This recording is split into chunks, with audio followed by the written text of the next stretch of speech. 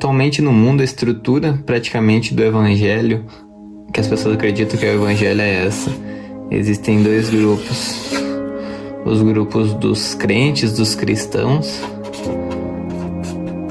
Esse é o grupo, os grupos dos que estão salvos, é o grupo dos que estão em Deus, é o grupo dos que têm em Deus, é o grupo de que Jesus está neles, é o grupo dos que se arrependeram, é o grupo dos filhos de Deus, e esse é o grupo dos não filhos de Deus. Esse é o grupo esse é o grupo dos que estão dentro, e esse é o grupo dos que estão fora. O grupo que a maioria considera religioso, ou aqueles que consideram incrédulos. E é o grupo do que as pessoas acreditam que vão para o inferno se não mudarem, ou que morreu dentro dessa estrutura, vai para o inferno, vai ser condenado, vai sofrer um castigo, vai ficar separado de Deus para sempre. Esse é o grupo dos que não tem Deus. Basicamente, essa estrutura aqui, ela vem de Santo Agostinho. Santo Agostinho, lá da igreja primitiva,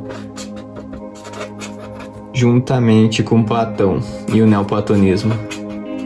Santo Agostinho pegou o evangelho que veio dos apóstolos e de Jesus, ele acabou misturando um pouco as coisas com filosofias gregas e acabou se criando essa estrutura aqui de evangelho, que é o que a gente chama de teologia ocidental.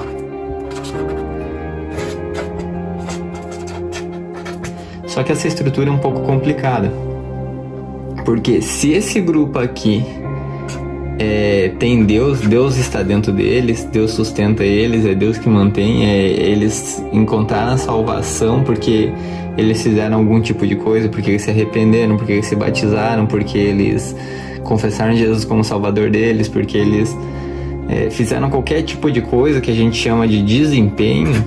Se foi o desempenho deles que levou, se foi a confissão deles, foi a condição de coração deles, foi qualquer coisa que trouxe Deus para eles, e esse grupo aqui não, então esse grupo aqui, no mínimo, ele tem que ser um Deus. No mínimo, esse grupo ele tem que se autossustentar, porque se Deus não está neles, como é que eles estão vivos? Como é que essas pessoas vivem? Como é que elas acordam? Como é que elas vivem? Se Deus não está dentro delas, elas não estão dentro de Deus. No mínimo, elas têm que se autossustentar. No mínimo, elas têm que ser autossustentáveis, ou seja, elas têm que ser um Deus. Aqui também a gente encontra outro tipo de problema. Porque se essas pessoas aqui elas não estão em Deus, Deus não está nelas, muitos deles são pais, são mães, e muitos deles amam seus filhos. E se essa estrutura aqui for verdadeira, o inferno for um lugar geográfico pós-morte, onde as pessoas vão queimar no fogo eterno, que é um fogo literal, elas vão sofrer para sempre a separação de Deus eterna, o castigo eterno.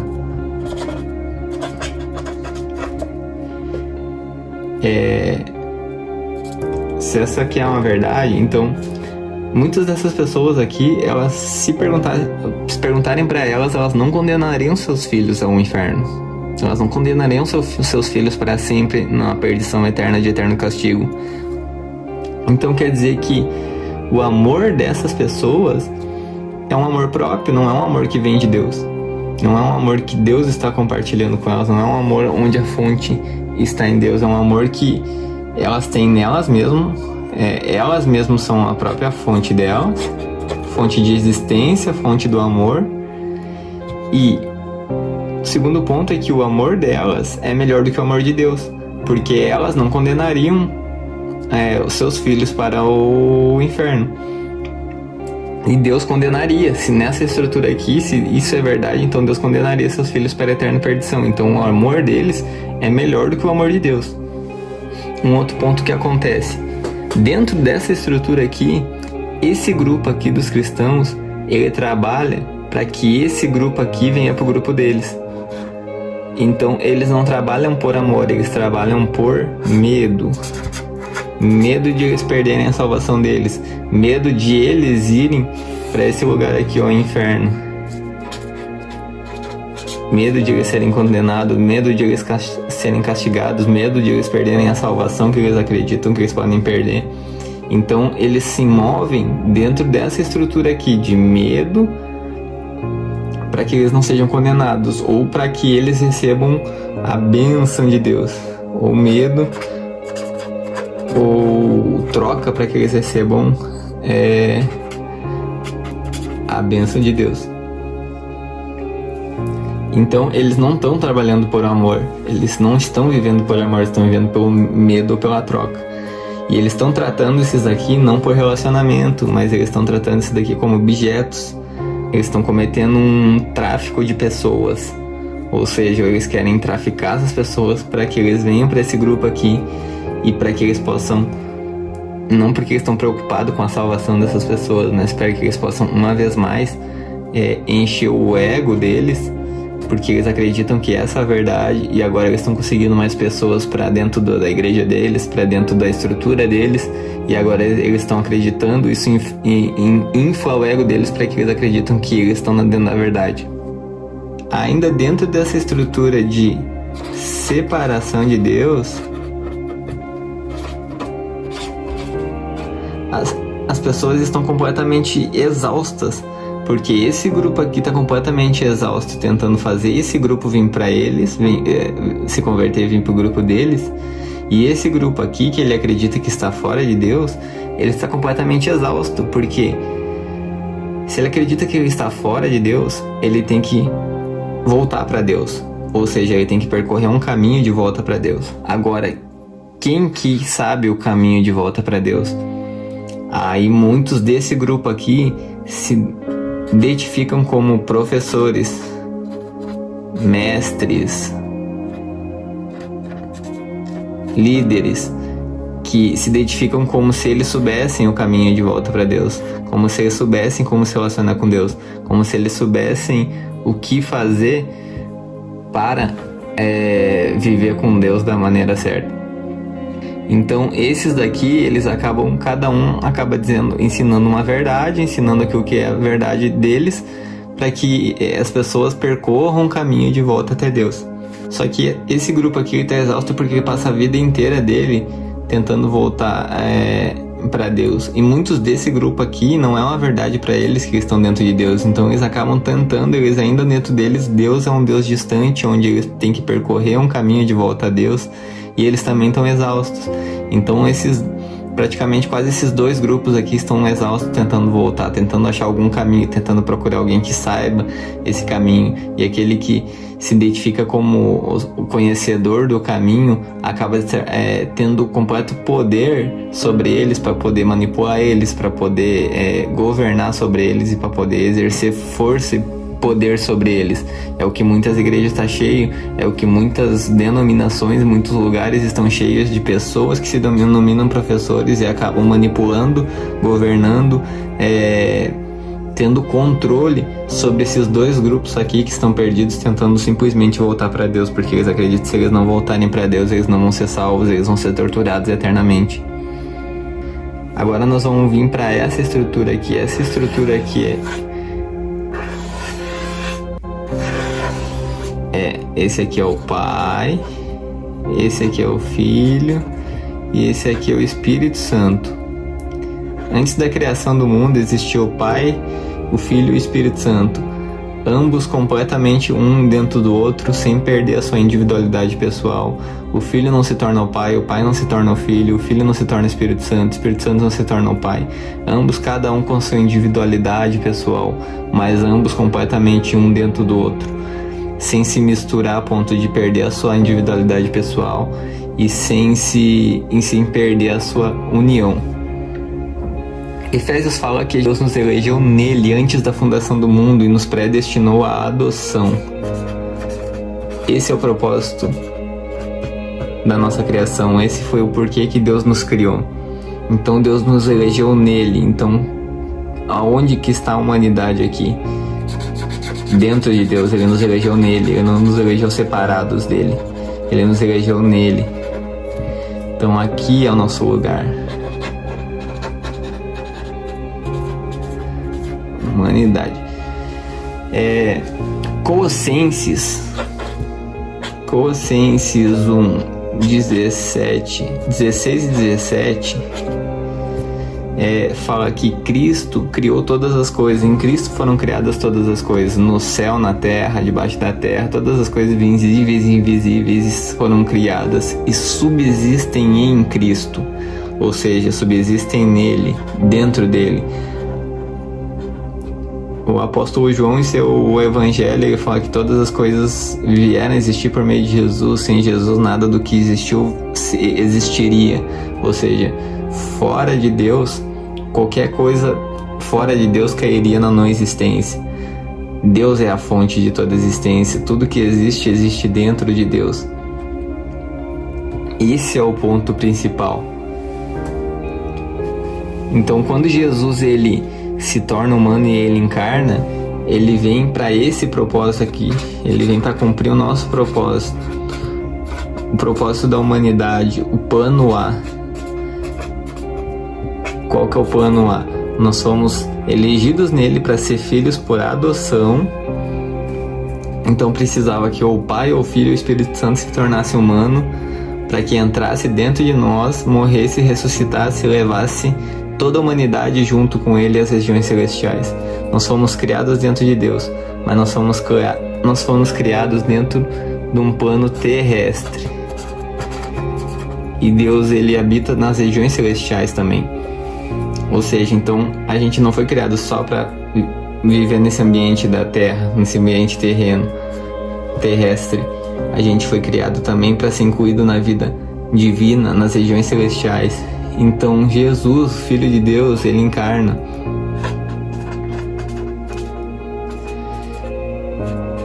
Ele se torna humano, ele vira carne, ele entra dentro de toda a humanidade. E em sua morte, ele leva a humanidade inteira junto com ele.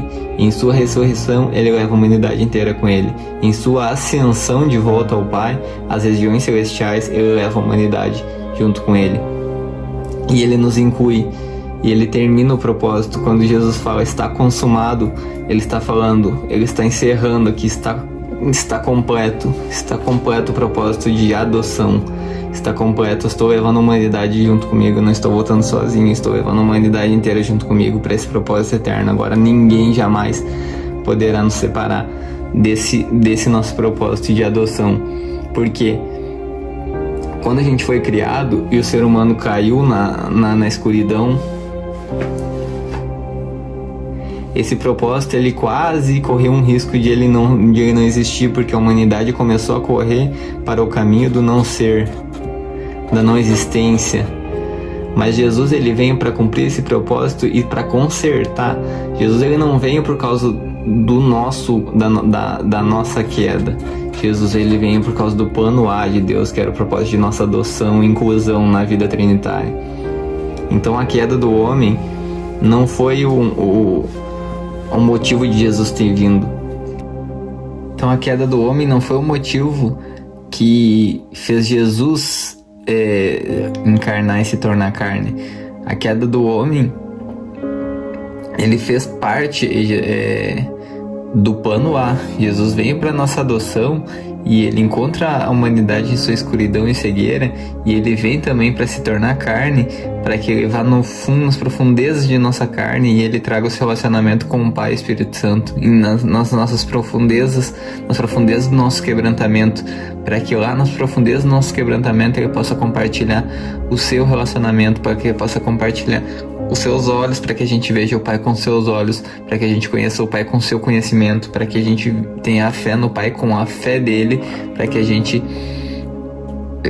participe do relacionamento que ele tem com o Pai. Esse sempre foi o plano A. A nossa queda nunca foi o plano B. A nossa queda nunca foi o plano A. O plano A sempre foi a adoção. João 14:20, Jesus fala: naquele dia sabereis que eu estou no meu Pai, vós em mim e eu em vocês. Naquele dia, ele está falando do dia do Espírito Santo, que o Espírito Santo ia ser derramado sobre toda a carne em Pentecostes, e o Espírito Santo iria abrir os olhos de cada pessoa para que ele pudesse ver a glória de Deus, a revelação do ser de Deus e a revelação de quem é Deus. Em Jesus habita a plenitude de Deus, a plenitude de Deus corporalmente.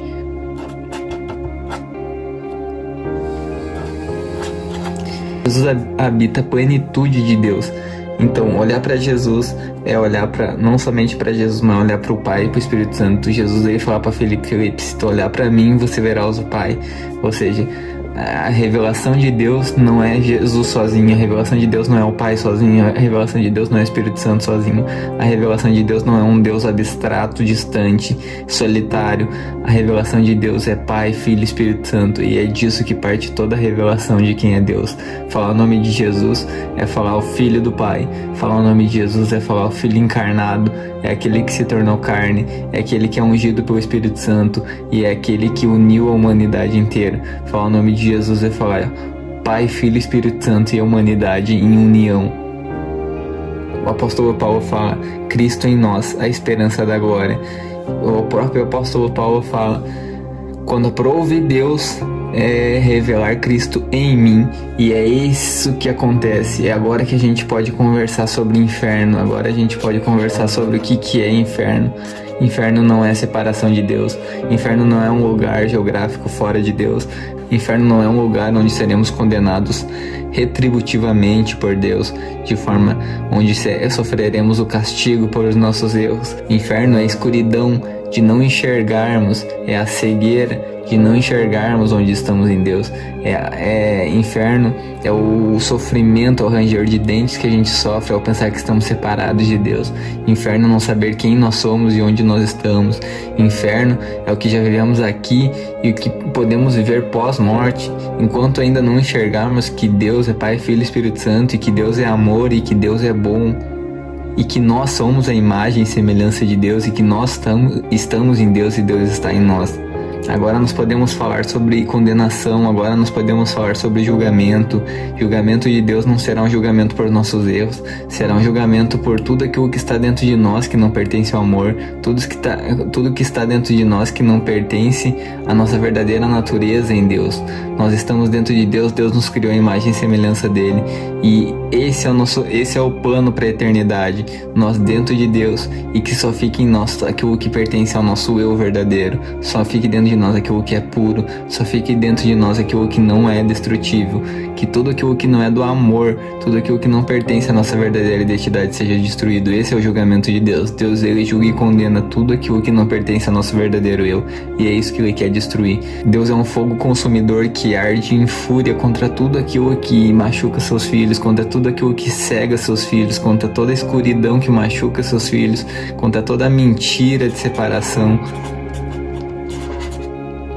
E o próprio Jesus fala: venham a mim aqueles que estão cansados e sobrecarregados. Venham a mim aqueles que vivem na estrutura de separação, que estão tentando percorrer um caminho exaustivo de volta até mim, porque acreditam numa mentira. Venham a mim vocês que estão acreditando nessa mentira, e eu vos aliviarei. E eu vou compartilhar com vocês o meu jugo, eu vou compartilhar com vocês a minha vida, eu vou compartilhar com vocês os meus olhos, eu vou compartilhar comigo aquilo que eu vivo, e vocês vão ver que isso é fácil, que isso é leve, que isso é suave. E isso vai dar descanso e vai dar cura para vocês. E isso que vai transformar completamente a vida de vocês.